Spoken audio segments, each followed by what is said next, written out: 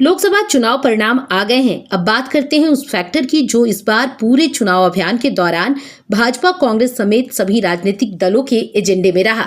जी हां, हम बात कर रहे हैं मुस्लिम मतदाताओं और ऐसी सीटों की जहां मुस्लिम मतदाताओं की संख्या ज्यादा है। चुनाव के दौरान मुस्लिम आरक्षण और संविधान के मुद्दे पर पार्टियों में जुबानी जंग देखने को मिली। भाजपा ने आरोप लगाया कि कांग्रेस सत्ता में आई तो SC/ST का आरक्षण छीनकर मुस्लिमों को दे दिया जाएगा। वहीं कांग्रेस ने आरोप लगाया कि भाजपा सत्ता में आई तो संविधान बदल दिया जाएगा और SC/ST का आरक्षण खत्म कर दिया जाएगा।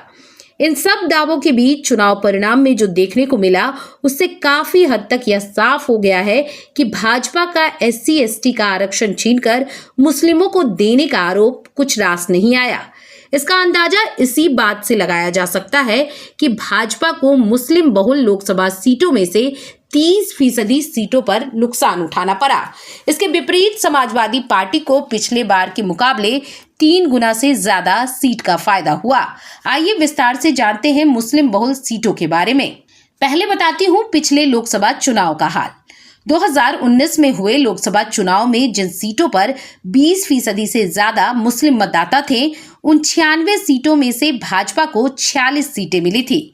इतनी मुस्लिम आबादी वाली सीटों में कांग्रेस ने 11 सीटें जीती थी। इसी तरह 40% से अधिक मुस्लिम मतदाताओं वाली 29 सीटों में भाजपा, तृणमूल कांग्रेस, सपा, बसपा गठबंधन और कांग्रेस 5-5 सीटें जीतने में सफल हुई। सबसे ज्यादा मुस्लिम मतदाताओं वाले राज्य उत्तर प्रदेश में 20% से अधिक मुस्लिम वोटर्स वाली 28 सीटें हैं। इनमें भाजपा को 21 सीटें मिली थी। पश्चिम बंगाल में भाजपा को फायदा हुआ था। उन्हें ऐसी 20 सीटों में से 4 पर जीत मिली थी। जबकि इस लोकसभा चुनाव में बीजेपी के इकलौते मुस्लिम उम्मीदवार डॉक्टर अब्दुल सलाम को भी हार का सामना करना पड़ा। इंडियन यूनियन मुस्लिम लीग के प्रत्याशी से उन्हें हार का सामना करना पड़ा। अब्दुल सलाम को महज 85,000 मतों के साथ तीसरे स्थान पर रहकर संतोष करना पड़ा, जबकि इंडियन यूनियन मुस्लिम लीग के प्रत्याशी मोहम्मद बशीर को करीब 6,04,000 वोट मिले। इस चुनाव परिणाम के बाद से ही सियासी हलचल तेज हो गई है।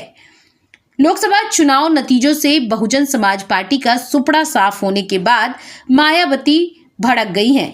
उत्तर प्रदेश की 80 सीटों में से एक भी बसपा के पाले में नहीं आई है।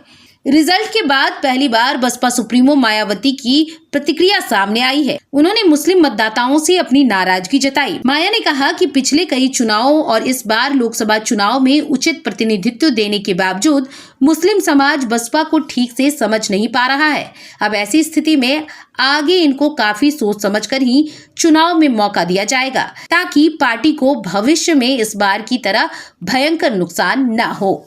बताते चले कि बसपा को इससे पहले 2014 के लोकसभा चुनाव में भी यूपी में 0 सीटें मिली थी। 10 साल बाद फिर से ये इतिहास ने खुद को दोहराया। बसपा ने सबसे ज्यादा 35 उम्मीदवारों पर दांव लगाया था। बावजूद इसके मुस्लिमों का सारा वोट सपा और कांग्रेस को चला गया। बसपा का मुस्लिम दलित फैक्टर पूरी तरह से नाकाम रहा। यही वजह से चुनाव नतीजों के बाद मायावती ने मुस्लिम समाज के प्रति अपनी नाराजगी का इजहार किया। इस बार पूरे देश में लोकसभा चुनाव के कुल 78 मुस्लिम उम्मीदवार मैदान में थे, जो पिछले चुनाव से काफी कम है। पिछली बार यानी 2019 के लोकसभा चुनाव में विभिन्न दलों ने 115 मुस्लिम उम्मीदवार मैदान में उतारे थे। इस चुनाव में इन 78 मुस्लिम उम्मीदवारों में से महज 15 मुस्लिम उम्मीदवारों ने जीत दर्ज की थी। इसमें एक बड़ा नाम TMC उम्मीदवार और पूर्व भारतीय क्रिकेटर यूसुफ पठान का है, जिन्होंने कांग्रेस के दिग्गज नेता अधीर रंजन चौधरी के गढ़ बहरामपुर में आरामदायक जीत हासिल की।